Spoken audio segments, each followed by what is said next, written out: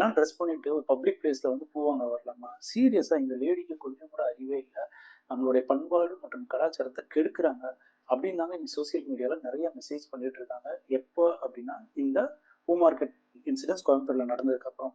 இவங்களுக்கு சப்போர்ட் பண்ணக்கூடியவங்கள தாண்டி இவங்கள எதிர்த்து தான் நெறைய பேர் பேசிட்டு இருக்காங்க. இதுக்கு மிக முக்கிய காரணம் என்னன்னா, நம்மளுடைய பார்வை அப்படின்னுதாங்க.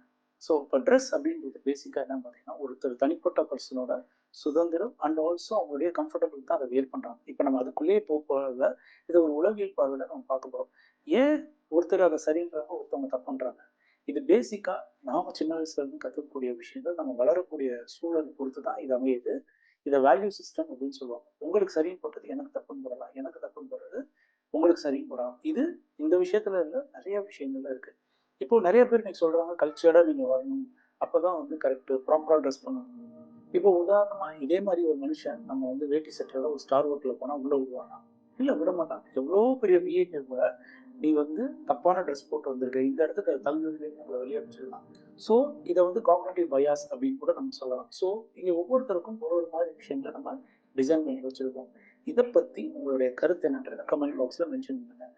நான் ஒரு விஷயம் சொன்னேன், ட்ரெஸ் போடுறது அவங்களுடைய சுதந்திரம். ஆனா இந்த சுதந்திரம் அதிகமாச்சுன்னா, ஸோ அதை பத்தி தான் நம்ம நெக்ஸ்ட் வீடியோவில் பார்ப்போம். ஸோ இந்த வீடியோ பிடிச்சதா மறக்காம உங்க ஃப்ரெண்ட்ஸ்க்கு ஷேர் பண்ணுங்க. Thank you so much.